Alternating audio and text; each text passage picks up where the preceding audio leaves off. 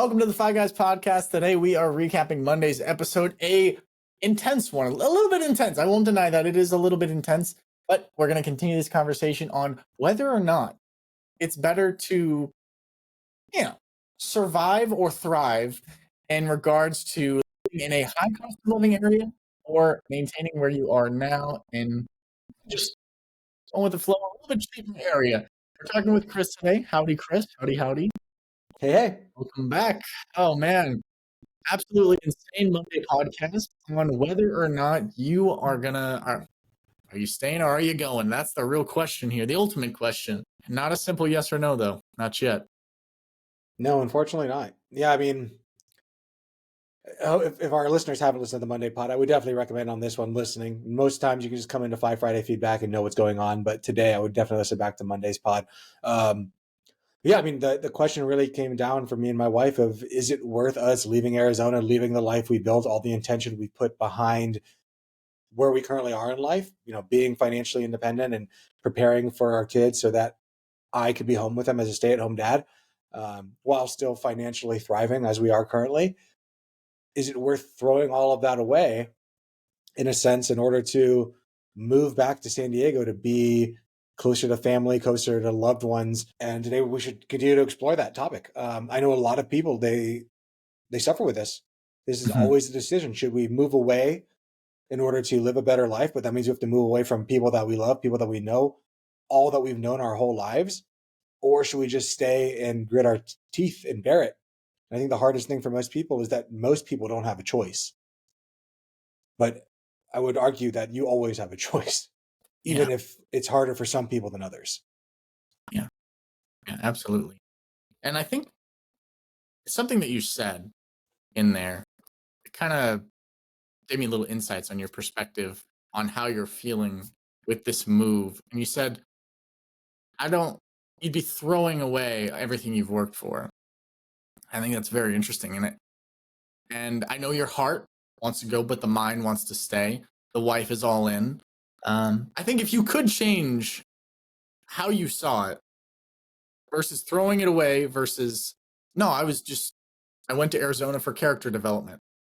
Your wife came here to build up her knowledge. She became a doctor while she was here. You came here, you started your business, you continued your business, and you grew more knowledge, you grew more skills. And that's what the season was about.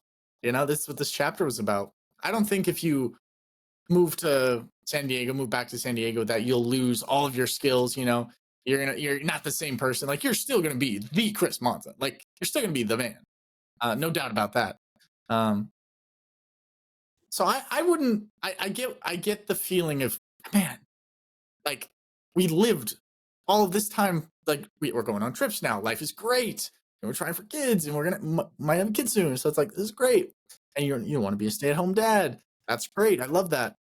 But like you said in last podcast, Monday's podcast, you feel like moving to San Diego, it's a lot of unknown factors and it's a lot of uncertainty, and you're kind of putting that goal, that dream that you've been ogling for so many years, in jeopardy. And that's the scary part. And it's kind of interesting because, I mean, you're day to day, you're coaching people on making decisions, removing the emotion out of a financial decision and then putting it back in, and all this stuff, and really the psychology of money and making sure it's the right move for you. And we talked a little bit about what would old Chris do? What would 90-year-old Chris do? I don't know. I'm not Chris. I could never pretend to be. That's for sure. I think you touched on something there that I didn't even realize I said, was throwing away everything that I built. And as you said that, I didn't realize that I said that. And I guess when I think about that on a deeper level, like, it wouldn't be throwing it away, because you're exactly right. I have built up skills. I have built up a lot of things. Maybe instead of throwing it away, sacrificing the life that we built at this point in our life, at this juncture, and switching it for something else, because it will be giving up that life in order to have a new life, maybe a better life, but also maybe a worse life. And I think if it's going to be better or worse, it's going to depend on the way that I choose to view it. If I view it as, oh, I made these sacrifices to leave for my family or for my wife and for my future kids I don't even have yet, oh, woe is me. Yeah. Then that is a way of looking at it that's going to set me up for a pretty difficult future.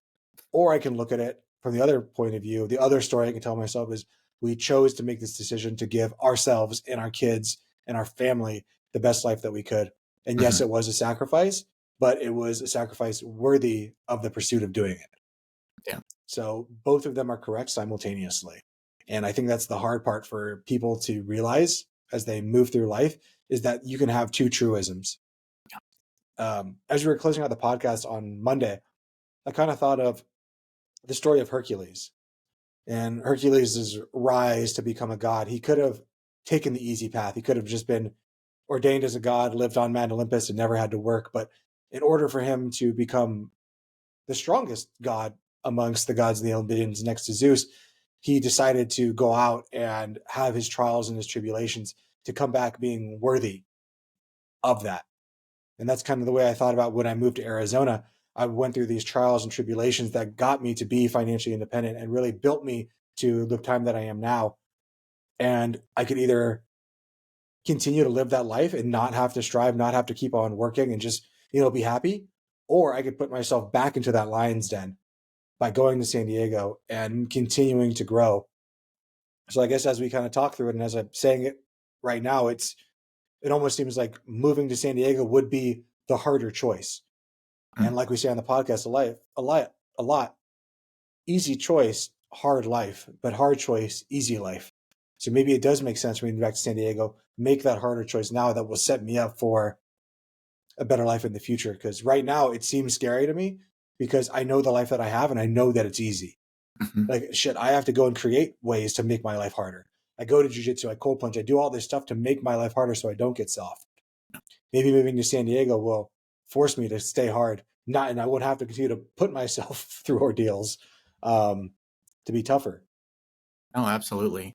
There's so many things I want to touch on there. Starting off, I'm just going to start off with this one. I feel like you feel like your goal is changing, right? Your North Star is kind of changing a little bit. Your reality is changing, right? Right now, your reality is, you do jujitsu, you do the podcast, you do your work from Ons on Wealth. Big shout out, check them out, onsonwealth.com. And you travel. I don't know if I said travel. I got caught up in the Ons on Wealth. But when you have kids, like let's say 9 months from now, bam, Nico Jr.'s here. Like Chris Jr.'s here. He's here, right? Well, you're not gonna you weren't gonna travel with the little baby anyway. You're gonna stay home and watch him. Might cut back on jujitsu a little bit, or go at a later time or something, right? I think one of the problems with humans and life is we think that because it's good now, it'll always be good. And that's the problem. The child is coming, whether we want it or not. Eventually, it'll get here. Um, and life is going to be different whether you move or whether you stay. But I think you've always been gunning for gunning to be a father. When you moved to Arizona, right? You and your wife moved to Arizona to bring about a better life financially and knowledge wise, right? And business wise, right? You came out here to create a better life. Why? Because one day you want to have kids. One day you want to give them the childhood that maybe you didn't have or you wish you had, right? And you've been building for many years to become a more stay-at-home dad. And over the past year, it's become more and more possible. It's become a reality. And the way I see it from a third-person perspective, third-party perspective, is Chris has always been doing this for his family. Like he's always been making the best decisions for his family, right? He moved away so his future family could have more, right? He started learning new skills. He took his business remote so he could be a stay-at-home dad, so he could be there for his family, for his kids, right? So to me, it makes logical sense to move back because that's what would be best, right? That's what if you want to give the childhood, if you want to give the child the childhood that you wish you had or you had, then that would make logical sense. Life is obviously not that black and white, right? But we talk about perspective a lot on this podcast. It's all about how you see it, right? Man, I came out here, my wife, and I was building it up. This is the vision I've been hunting for this whole time, right? But the information I was using for this is stale. It might be of an older version of Chris. 3 weeks ago, there was no conversation that I know of um, about moving back to California. There was no conversation. It was like, no, we're gonna have the kid here. We're gonna live here. It's gonna be great here. We'll commute back and forth. Like, it's no problem. Um, and it's so interesting because I've gotten to know you over the last like 12 months, 13, 14 months. And you've changed a lot. You've changed a lot. You're definitely not the same person I knew when I first met you. And it's beautiful. That's beautiful. And I said a little bit about this on Monday's podcast, but you're taking, and I'll take back a little bit of what I said and expand on it a little bit. On Monday's pod, I said it, you're taking like the first step in fatherhood, right? You're making sacrifices for your kid so that they can have a better life. But really, you're not even on the first step. You're on like step 15 because you've already wanted to create a better life, and not just wanted, but actually took action on it.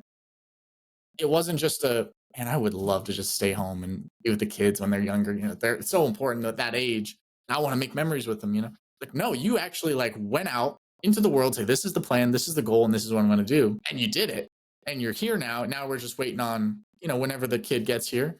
That's personal. It's none of my business. But so all this work, you've been hustling. I totally understand why. Like you said it in the subconscious of your brain. You said, I don't want to throw all away. I did all this work. Why would I want to throw it away? Because your mind has suffered a lot.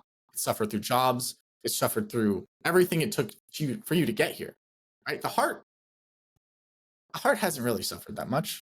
I mean, you have good relationships with your family, good relationship with your friends. The heart's intact, right? The heart hasn't really felt pain, hopefully, in a long time. I know there's an event that happened a little bit ago, but that's none of my business to get into.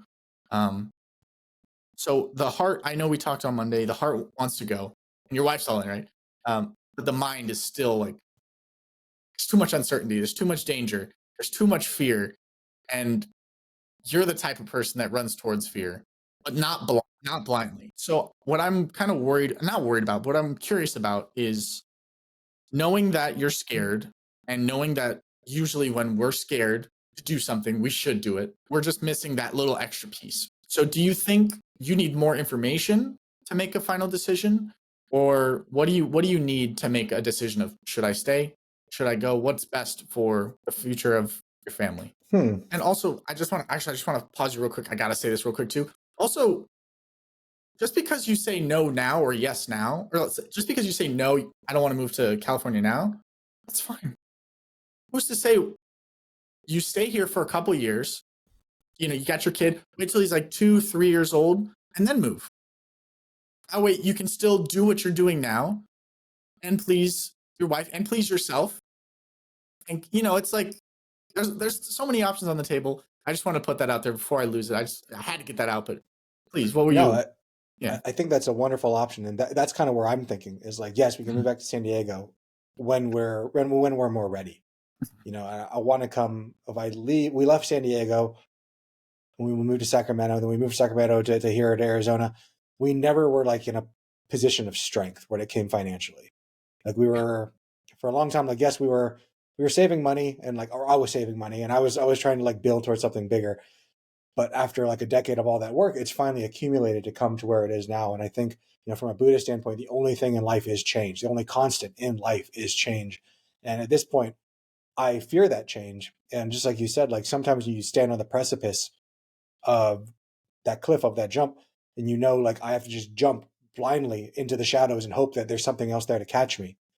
And that's kind of where I am. And, more than that, I think a lot of the fear is the death of the identity that I built for myself. The identity of being the guy that's financially independent, being the guy that's going to be the stay-at-home dad. Can I still be a stay-at-home dad? Can I still be financially independent? I've moved to San Diego. I don't know. And that's fearful too. For the past decade, I've been building this person up, building up this concept in my head, and moving back to San Diego could be his killing blow. That doesn't mean that I die, but a new identity has to emerge from those ashes. And I'm just fearful of losing that identity, of losing that person, because that person is what I currently am. What I see is you don't want to lose something that you are.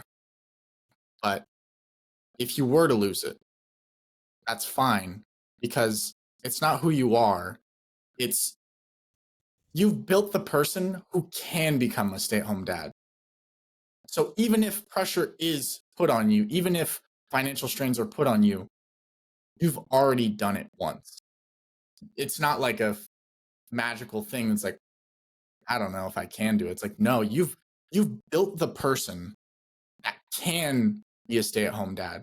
Even if it's taken away from you, you can still build it back again. Will it be more difficult? Maybe. Or maybe not, because you've already done it once. It's like that thing we talk about. Don't be the type of person that wants $1,000,000, but be the type of person that could make $1,000,000, right? You don't want to be a stay-at-home dad. I mean, you are a stay-at-home dad right now, but you also created the person that could become a stay-at-home dad. And that's what's so exciting because you're not starting from zero again. You might be, in your mind, getting knocked down the mountain a little bit, but we're still on the mountain and we're in a good position. And we know how to climb higher. Yeah. I'm a big fan of Joseph Campbell.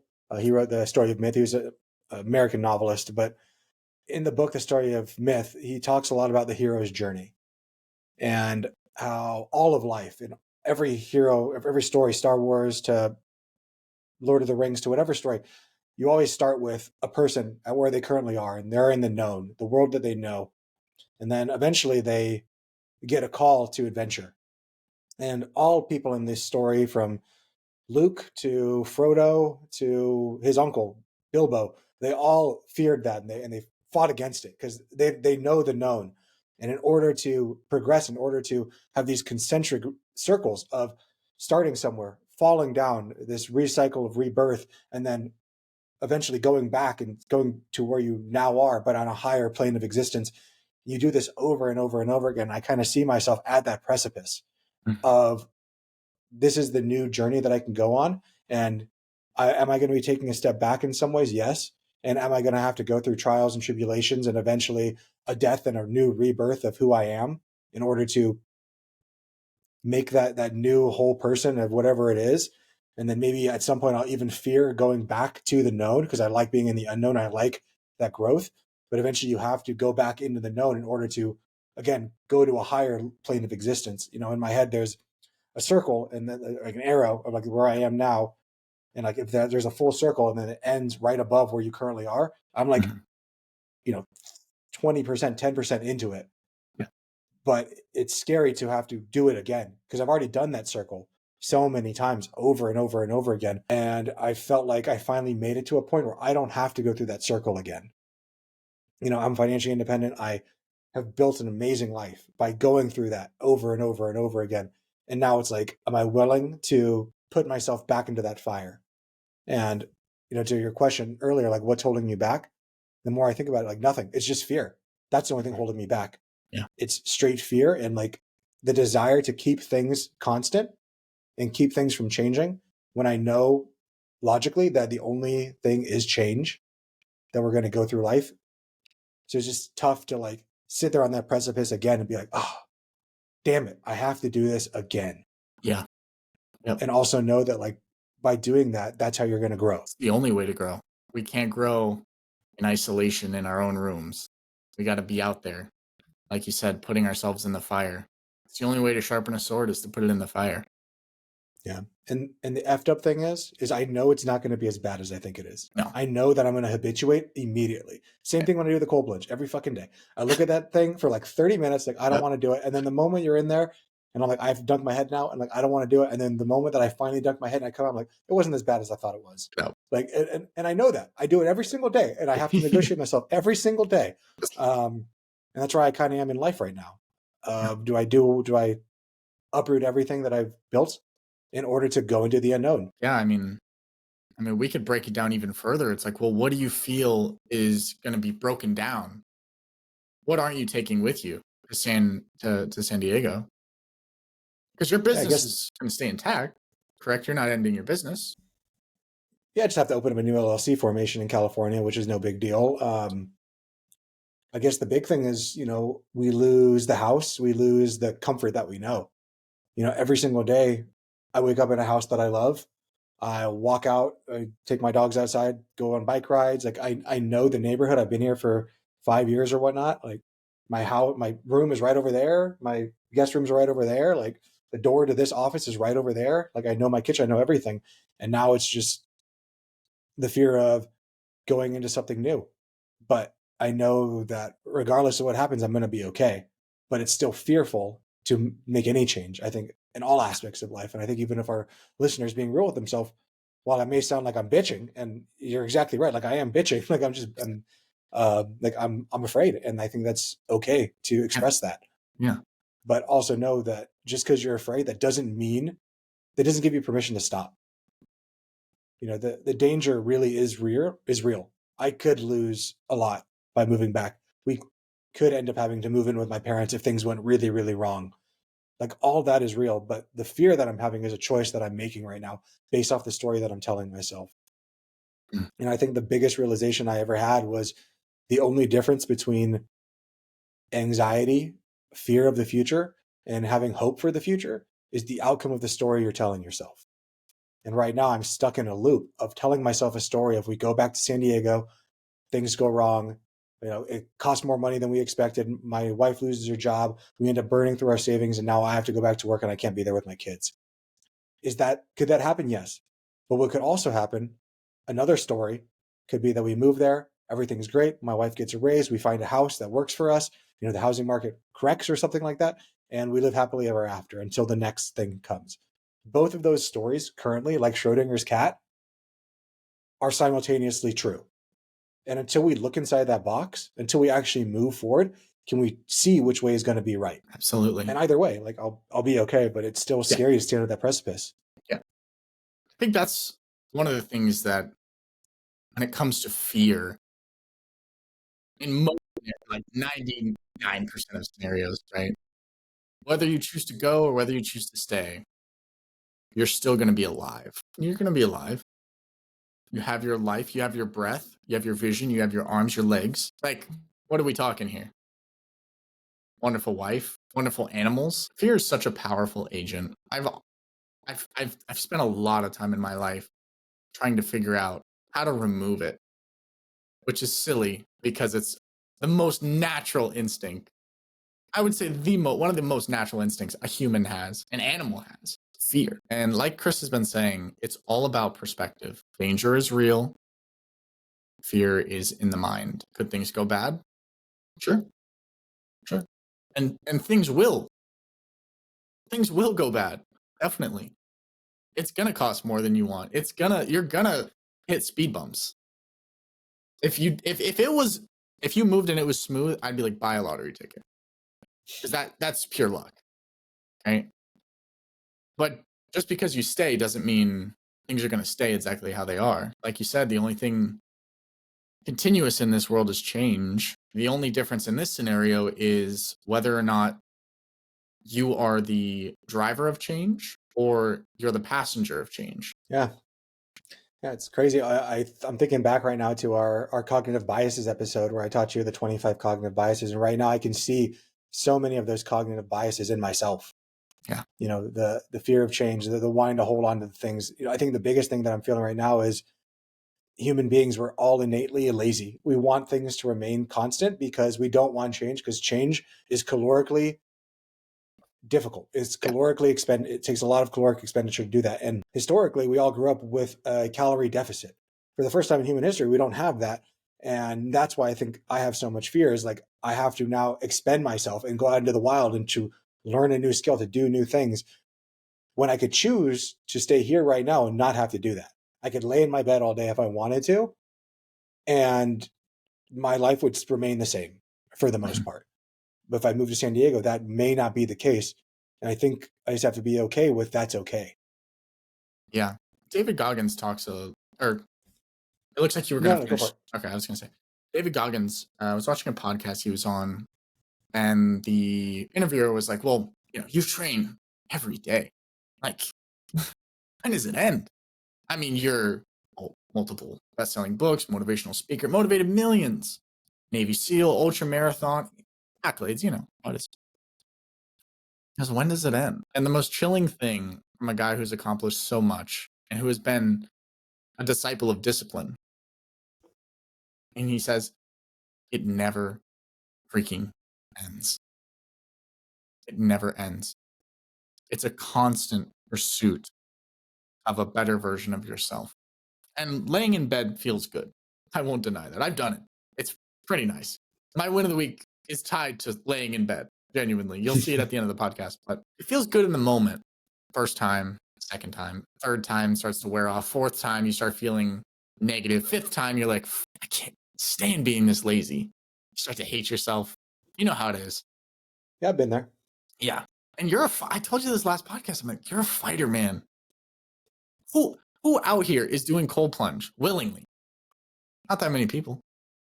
Who out here is pushing themselves like that? I think it's a battle between the feeling of safety and comfort and the knowledge and the knowing that improvement must happen. Creating that next version of you must happen. Because the feeling of comfort and safety is always a facade. We always think we're safer and we're more comfortable than we actually are. And it's just not the case, you know? And you've been putting yourself in the fire, right? You've been pushing yourself, but now the universe is like, okay, you can do the hard stuff. Let's see if you can do the even harder stuff. At least let's see if you can do the insane stuff. Let's see if you can move back. Let's see if you're willing to put yourself in the fire. And I'm not saying that because if you were to say no to that, like, dude, weak. Like, no, not at all.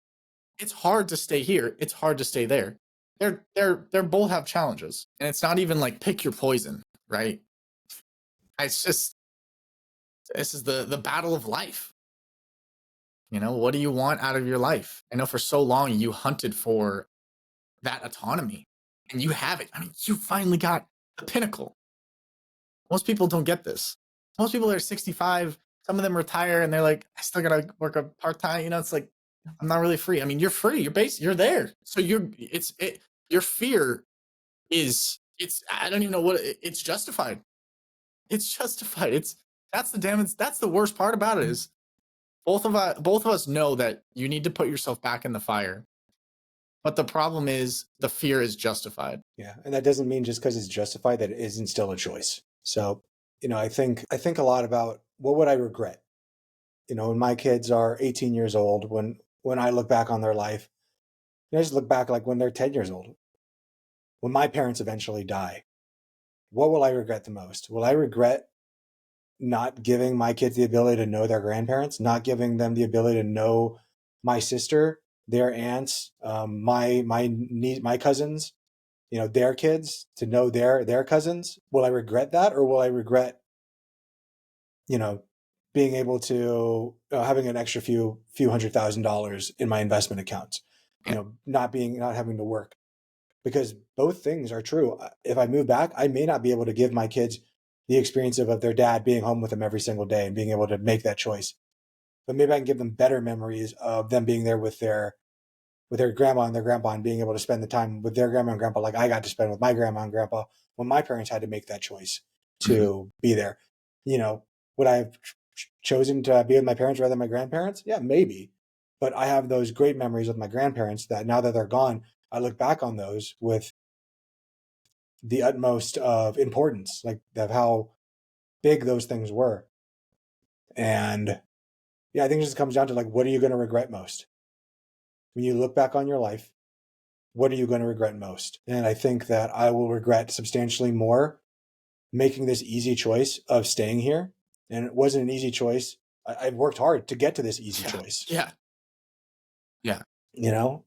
And I think a lot of people, they don't see that. Like they just see the end result. They see me here right now, sitting here on a podcast talking about like how nice my life is. And they're, oh, well, that must be nice for you. But like I sacrificed for so long to be here, to be ready that, like you said, when my kids were here, to be worthy of being the man to be able to stay home with them. So much intention. And now it's scary to be willing to put it all away for something maybe greater. I'm pleased with what I have right now, but could I be more satisfied? As someone who talks constantly about knowing what enough is for you, it's fearful for me to be like, I don't know if what I have right now is enough. Yeah, because enough is never enough because we're greedy little bastards. Especially like myself, I never asked for special things as a kid. My favorite food, like I love Oreos. I love Oreos. I never got those as a kid. I didn't want to ask for them. It's too much money. I didn't deserve that. I didn't want to waste you guys' money. Very limited mindset. Money is infinite, but my ability to spend money should not be infinite. I'm very conservative. And it's like you said, it's like you made the hard choices to have an easy life, but are you willing to make the hard choices again, to have an easy life again? When we don't know when the easy life will get here. But maybe that's the beauty of it. The beauty is making the hard choice, knowing that you'll be better because it's what future Chris would want you to do. Yeah. It's trying to do that projection of the future and really, really thinking it all through. Yeah. I wonder what most people would think about this decision. I think the greatest thing that I have right now that most people don't is choice. Yeah. I have the choice to do both things. And rather than focusing on like, oh, woe is me because I have to make this choice, I can focus on like, wow, how lucky am I that I get to make this choice? Yeah. That's pretty darn cool. Yeah. And it's not that they didn't be able to make that choice didn't come without sacrifice. Lots of sacrifice to be able to make this choice. But that's pretty darn cool that I have the ability now to make that choice on my own terms. And let's put it in an even deeper perspective, right? The ability of choice, right? Well, how about this? How about this for you? Your parents are still alive. My parents' parents, they're not alive. Like you get to move to a place where your parents still exist, where their memory is still cherished and alive. My mom and dad, they talk about their parents all the time. Oh, they talk about them like they were here, and yours are here, and you have the ability to make a difficult choice. And I think looking back on it, whatever choice you make, I think you'll have more perspective on it because time gives perspective and only time will tell if you made the right decision or not. But I don't think it's one thing to dwell on if it was the right decision or not. It was just the decision that was made and you made the best of the decision, whatever one you go with. Yeah. And just because I make one decision doesn't mean I can't go back later and change it. I think a lot about recently I lost my grandmother. My grandmother passed away on my dad's side. And how thankful I was that I had the ability to have her house her while she came out here to Arizona to try dealing with her cancer treatments. Unfortunately, it didn't end up working and she ended up going back to California. But how lucky I was to be able to be there for her, but also how saddening it was that I couldn't see her as often as my sister was able to, as often as my parents were able to be able to go up and see her as often. And now, here in a few weeks, they're going to be doing the spreading of the ashes. And I didn't even know about it until I was back home it was kind of like mentioned in passing. And I wasn't even told about that. They're like, oh, well, you're just so far away. It's hard for you to get out here. We didn't want to burden you with something. And it's like, thank you for that. Like, I understand where you're coming from, but also it sucks that I put myself in a situation that my family believes that it may be a burden for me to have to go back to spread my grandmother's ashes. Because in truth, they're right. It would be a burden. That's a 12-hour drive, to get out there. It is a burden. But if I was home, then those kind of things wouldn't even be much of a question. Should we tell Chris? Yeah, of course, tell Chris. He's like right over there. Wow. What you said there with my parent, like you're still there. You still have that time to make memories with your parents. That hit home. Like that does really hit home to think that I'm sacrificing time with my parents, that when they're gone, I will have traded anything to have that with them and traded anything for my kids to have that time with their grandparents in order for me to not have to work, not have to do the hard thing right now. Because I feel like I've done enough hard things. I get to quit. Just like David Goggins says, like it never ends. And it sucks to come to that realization, but I'd rather conceptualize that realization right here, right now, than regret it 20 years in the future and be like, damn it, I never pushed myself out of fear of having to work. And now I lost my parents and now I can't get those memories back. And I could have had those memories had I just tried a little harder. Yeah, the fear of death is a powerful motivator, even if it's not even your own death. And I know you've experienced death in many facets of life, family, friends, and so you know what that feels like. It's a deeper level pain. It's such a deep pain. Yeah, but death is one of the best Yes, it's one of the hardest things to go through, but it's also one of the greatest things in my life that has given me perspective. I don't think I'd be financially independent. I don't think I would have the ability to say like I want to be there for my kids from 0 to 7. Like I want to be a stay-at-home parent if I hadn't experienced death of other people around me. If I hadn't seen it firsthand and like witnessed it and actually been witness to death, to be like, oh, all this stuff that I think I want, the fancier cars, the better clothes, Yeah, the better whatever, none of it matters. It's all ephemeral. The only thing that matters is this existence and what you leave behind. So I was just so lucky to be able to, I mean, not, yeah, I was lucky to experience those deaths, but also to have the realizations that I had, the right place, the right time, the right books, the right everything to get me that concept in my head. And hopefully someone who's listening to this or audience members, you can take these things I had to go through, these experiences that sucked. And I hope that you don't have to experience them, but unfortunately you will experience them at some point and absorb that into your schema to not make the same mistakes that I've made, to not make the same things Dominic has made, because going out and just buying no new fancier things in order to not have to be alone with yourself, it's never going to work. You have to be okay with yourself. All of man's vices are caused by his inability to sit in a room alone with himself. And I know what that's like. I've been through it and it sucks. But on the other side is a piece that like I don't even know how to describe. It's really ineffable. absolutely, absolutely. The fear on the other side, it's never as scary as you think, and it's not like you're the same guy you were when you left. I mean, if that guy walked in, you'd be like, this guy, bro, this guy. What is it? This guy.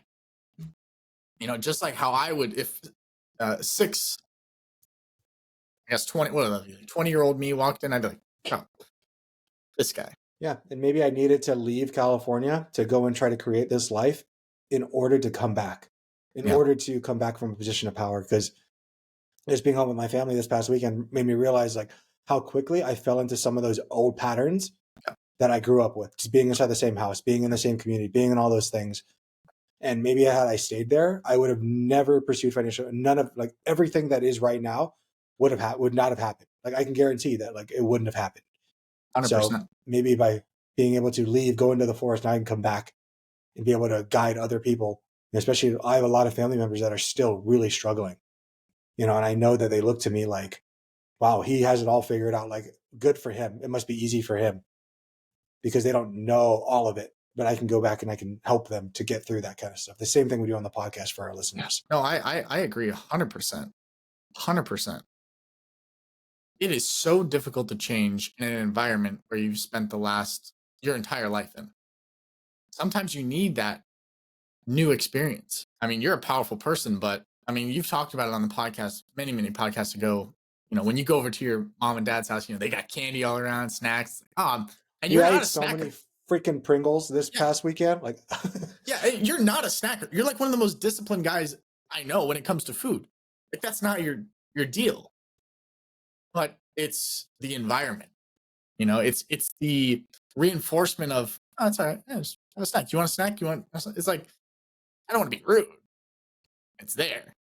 It's like, no, absolutely. I mean, you left, you became a stronger version. Now you're going back to, like you said, lead more people. That's beautiful. That's the adventure, is to be that leader, that pillar for the community, pillar for yourself, yourself, leading your family. yeah. Well, I think I have a decision. I have a lot more thinking to talk with my wife about to figure it all out. But I think we have our decision made. I think all we need to decide now is the timeline, Yeah. um, and just figuring that out. But nothing's set in stone. So I say we table this discussion. Maybe we can pick it up at another time. I hope our listener got something out of it. Just hearing me kind of talk through these things with Dominic, and hopefully you have a friend that you can bounce ideas off of, just like Dominic and I have. And if you don't, tell somebody. Tell somebody about the Five Guys. Tell somebody about financial independence and why you're pursuing it and why you think it might be a benefit to them. And don't use financial independence to become a better person who's retired. Use financial independence to become a better you, period, because it really can change your life. How do you say we get into the viewer mailbag, Dominic? Absolutely. And it won't just change your life, guys. It changes so many, so many, so many people's lives. You have no idea how many people's lives you can change by just becoming a more well-rounded person, financially, spiritually, physically. It's unbelievable. It's unbelievable, guys. You just have no idea how much you can change someone's lives. So with that being said, we're going to get on to our viewer mailbag. This is where I will be reading one of the, I guess you could guess it, the viewer mailbags, the letters that are sent to us. Yeah, so let's get right into it. I love it. If you guys want to send it, feel free to. The Five Guys Video Podcast at gmail.com. Yeah, or you can just go to thefiveguys.com, go to feedback, throw it right in there. Exactly. And this is a personal preference. The more juicier, the better. I love a good, juicy story. And the more details, the better. More details, the better Chris can actually sink his teeth into it. So, with that being said, let's get right into it. So, I received a promotion, but I didn't receive a pay raise. What do I do? What do I do? That is the header of today's story. Let's get right into it. Howdy, Fi Guys. Howdy. I've been at my tech company job for a solid 3 to 4 years now, and recently I secured a long-awaited promotion. Congratulations. That's exciting. That's awesome. Good job. That is good. Moving on up. Moving on up. I like that. Initially, everything seemed to align perfectly. However, when it came to discuss the compensation, I was told to wait a few more months. A delay that raised some concerns, but I reluctantly accepted. Okay. Last week, after patiently waiting, I approached my manager armed with some well-documented case studies for a significant raise, roughly 15%. Good. Yeah, that's solid. Good. No, I'm glad they thought that through with like, hey, these are the metrics I actually brought. Not I feel I deserve more money. These are what I done. And I got a promotion, so it's pretty damn clear that I'm doing it well enough. Right? Reflecting my contributions and values to the team, I feel like I deserve 15%. Encouragingly, my manager agreed with me. Wonderful. Let's see. So encouragingly, my manager agreed with my assessment and championed my request up the chain of command to secure the necessary approvals from the budget holders. Gotcha. Interesting. I'm going to pause real quick, put a little T on it. What did we learn from Chris Voss's Never Split the Difference? Sometimes when people say, I'm going to run it by the uppers, they're actually the ones making the decisions. Usually the people who say, oh, let me check with someone. It's like, they're the ones that are making the decision. And usually the person that says, no, I have all the power, they don't hold any power. I don't know if that's it in this scenario, but I just wanted to put that out there just in case you are asking for a raise at your job. Just be aware of this. Also read Never Split the Difference by Chris Voss. Great book. Very good story. Unfortunately, the response I received was disheartening. There was supposedly no wiggle room in this year's budget. Instead, I was advised to revisit the discussion at the start of the next year. Sounds like that company bullshit. Dude, absolutely. Leaving me stunned and feeling undervalued, especially given my already perceived underpayment. Okay, so they already feel like they're not getting paid enough. Gotcha. I was worried I'd be hearing about getting a smaller raise since I already feel underpaid. However, I never considered not getting any raise at all. Interesting. That's a doozy. That is a doozy on the pants in that. Oh man, that one really is. It really is, Chris. I find myself questioning whether my reaction is justified. It totally is. Or is it unreasonable to expect a raise alongside a promotion? Or am I just overreacting? What steps would you recommend I take in this situation? From worked for a raise, but where's the new wage? Now my patience turns to rage. How about that? How about that indeed? Wow. Damn. That's a slap in the face. Bro, that is a slap in the face. Like that's rough. Yeah. You know, that's really rough. You know, before we get into it, and I'm going to ask you first what your thoughts is, then I'll give you my thoughts. But I think a lot of people, when they talk to their parents who learn this from their parents, is you stay with the job forever because the job will care for you. Because in our grandparents' age, and maybe some of our parents' age, they got pensions if they stayed with it. You actually got something for being loyal to a company.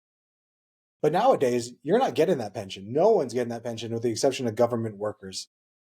So you staying loyal to a company that doesn't give a shit about you is just going to set yourself up for more pain. I understand the thought process of what parents are saying, like, oh no, you want to stay with the job because it shows good work history.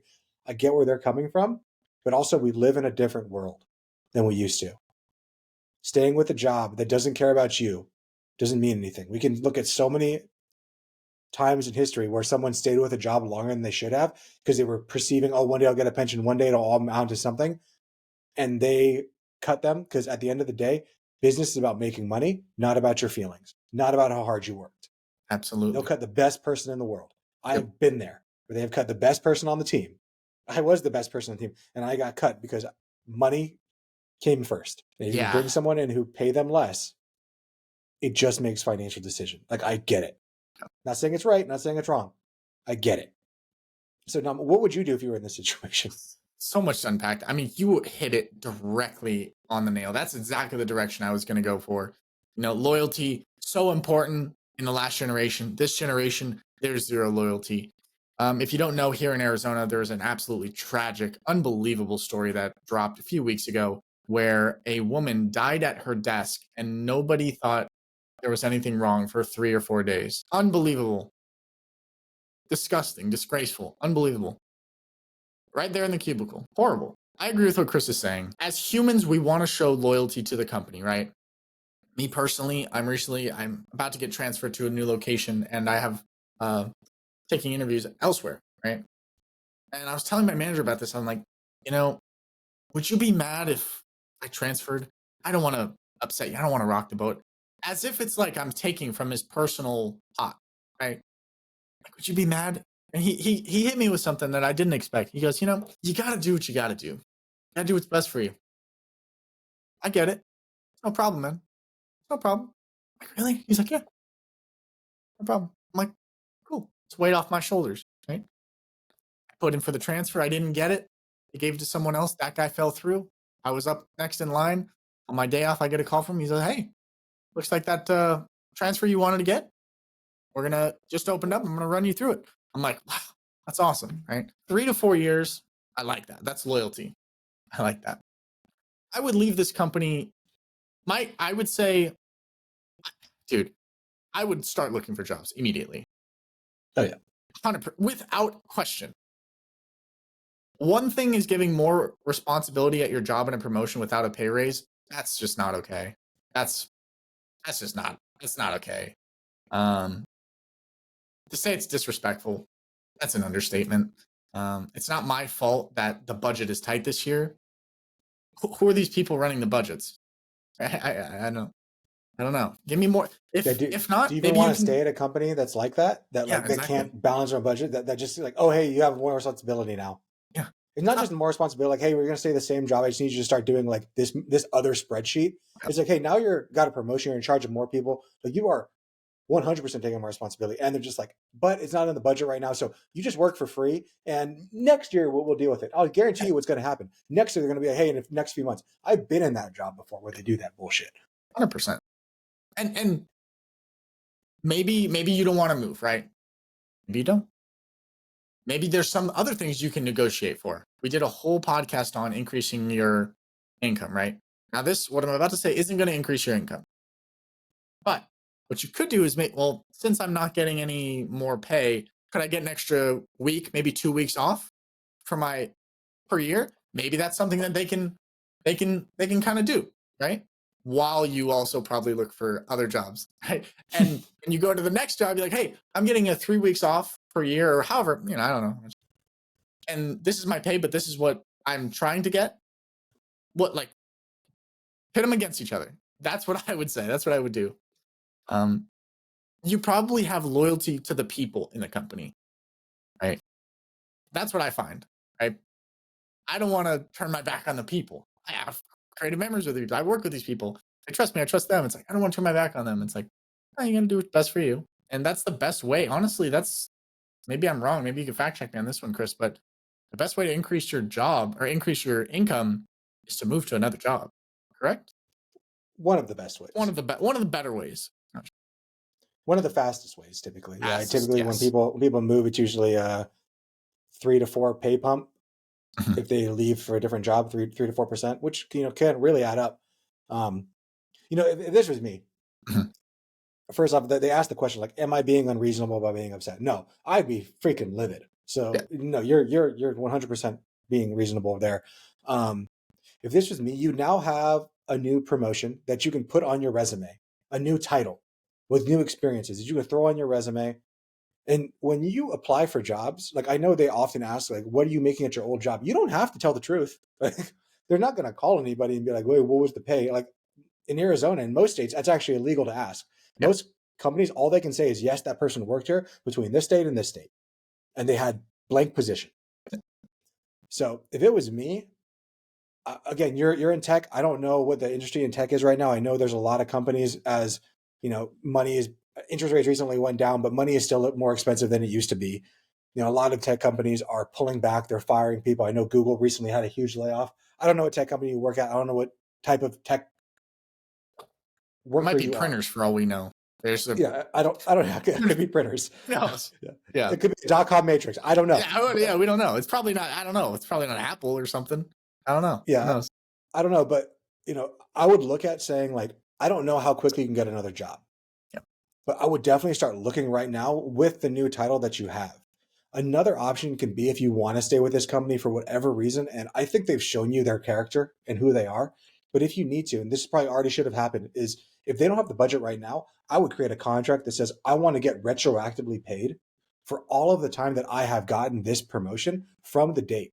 If I stay with you until January 1, whatever, and the budget is now refixed, you guys have to back pay me the 6 months, whatever amount of months I have been in this role in order to get it back. Because I understand that leaving a company, regardless if it's justified or not, is scary. It is terrifying to go back out there and do it again.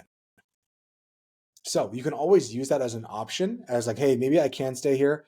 But if you just sit there and wait, if you wait till January 1 to bring this up again, I can say with a pretty high degree of certainty that nothing is going to happen. They're either going to keep you at the same pay because now you've grown accustomed to it, and they've grown accustomed to it in the budget with you doing all the work for nothing, or they're going to give you a smaller raise than what you deserve. And right now you're seeking 15% increase. Do you really think after January 1 they're going to give you that 15% increase? And even if they did give you that 15% increase on January 1, that still means that we had September, October, November, December of you not getting that, which is not fair. I love So that. I'd go on Indeed immediately. I'd update my resume using ChatGPT to help with the new position I have, the new responsibilities, and I'm blasting that out to every single person. It is so much easier to search for a job when you currently have a job. And you can also tell them like, hey, if I stay on, you tell them like, I want to stay with this company. I want to be here for the long haul. I love this place. I love the mission. I love whatever it is. And I believe it's only fair that I get paid what I'm worth. I already feel that I'm underpaid. And now that I'm taking on more responsibility and I'm not getting paid, in order for me to continue to stay, or in order for me to stay with this vision that I have with staying with this company, I need to get paid what I'm worth. And I deserve to get paid what I'm worth from the day that I started the damn job. I love that. I love that. I never even thought about that. That's Yeah. genius. I That's mean, actually you got to put their feet to the fire, man. yeah, Like, and you that's really got to fair. put their feet to the That's fire. fair. A key word. That's another thing from Never Split the Difference is appeal to their emotions and appeal. Look, you're not asking to rob them. You're not robbing them. You're just asking for what's fair. It's not unreasonable to ask that. If you got a promotion and you got the regular, you're bumping pay, you wouldn't wait to have that pay increase January 1. It's only fair that you get paid the extra work that you're doing that comes with the title and the role and the more responsibilities. It's only fair. I'm not trying to cheat anybody here. And the company is hopefully not trying to cheat you, but you It got to sounds make like they it. are. It sounds like they are. Yeah, you got to lay it on them. Like Chris said, you got to put their feet to the fire because it's going to be expensive to replace you. It's going to be very expensive. Yeah, and maybe you can bring that up. Like, hey, I know if you were to lose me, you're gonna lose all of this. I mean, it sounds like you already have the ability, that you already have the metrics at your disposal to show that, which is great. I'm glad that you did that because most people don't bring in metrics. They just say like, I want money, more money because I deserve it because I'm a good person. Yep. But you have, it seems, based off your letter, that you have quantifiable metrics of things that you have done to increase revenue for the company. Now, imagine telling them all of those quantifiable metrics with me are going to leave with me if you don't fix this. And it's only, and we're going to use that magic F word, it's only fair. You're not being unreasonable to want to demand more compensation for more responsibility. Because a promotion just isn't a promotion. It's just not a title. It's more responsibility within the company. More responsibility means more risk. More risk means higher compensation. Absolutely. That's the way it should work. And if it doesn't work like that in that company, then that is not a company that I would want to work. One that treats me as if I'm disposable, one that treats my time, my effort as if it is meaningless, is not the kind of place I want to be. But then again, you also have to think about, what would it be like for me to get another job? I don't know. You're going to have to make that determination for yourself. Yeah. How fast can you get hired? Well, I hope that helps you. Best of luck. Maybe we'll hear from you again. But yes, that was the mailbag. I appreciate you for writing it. With that being said, we're going to move on to Win of the Week, our third and final segment, where we kind of just talk about a little win. Crazy name. How do you put it together? I don't know. We're kind of magicians over here. So, Chris, what was your win of the week this week? My win of the week this week is I got another promotion at jiu-jitsu. So I'm now 3 stripes on my belt. More pay or no? Rather than just 2. No more pay. I should ask them that. Damn it, dude, it's good, you, Chris. Come on, Chris. I'm a higher belt now. I deserve more money with my promotion. That's so ironic. That's such perfectly timed. I love it. Okay, that's awesome. That is good timing. Yeah, that's awesome. Heck yeah. Well, congratulations. Congratulations on the newest stripe. It moves me down the line a little bit more on when we line up, but more importantly, I don't really care much about the stripe. I don't care about the belt. I don't care about anything about that. It would just show that, like, hey, this guy stayed committed to the process, and he keeps on showing up. He keeps on doing his work, and that's rewarded with a higher belt, just to show other people that, like, this guy probably knows a little bit of stuff. Hopefully, that's awesome. Congratulations. My win of the week is I got a new mattress. I'm very excited about it. It gets here tomorrow between like 9 a.m. and like 11 a.m. So I'm very excited. And it came with a cool adjustable base for free, which was nice. It's got like those ones that like, it's really cool. But yeah, that's my win of the week. I can't deny that. But that is today's episode. Anything else you want to add, Chris? No, I mean, if you guys have stuck around this far and you haven't subscribed yet, I don't know what's going on in this world. You must be a little crazy. So hit that subscribe button. Leave a comment if you're on YouTube. Let us know what your thoughts are about me moving to San Diego. Should I do it? Should I not do it? What are you thinking? If you were that person from our viewer mailbag this week, how would you feel if you were given a promotion and not given a raise with it? What would you do in that situation? I'd love to know what people would say to that. And if you stuck around this far, I think that it means that you are the type of person that always wants to grow, always wants to get better. And part of getting better is getting better in your finances, but also getting part of better is helping other people on that journey. You have learned a lot just in this past hour with us.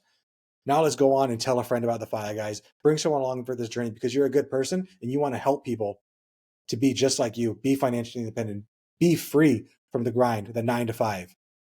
You have that power, and you can bring someone else along with you so that they can look back and say, thank you so much for all that you did for me. And all you have to do is just tell one person about the Fire Guys, bring them along for the journey of financial independence. It is so much more fun if you go with a friend than going alone. Perfectly said. With that being said, guys, hope you guys have a wonderful weekend, a wonderful week. We're the Fire Guys. See you next time. Peace. Later. This video podcast is sponsored by Monzon Wealth. The content in this podcast is for informational purposes only and should not be considered financial advice. We do not endorse specific products or services. Past performance does not guarantee future results. The opinions expressed are those of the hosts and guests, not the podcast sponsor. It is crucial to consult with a qualified financial advisor or professional who can provide advice tailored to your specific needs before making any financial decisions, investments, or taking any other actions. If you are seeking specified help, you can reach out to Chris at monzonwealth.com.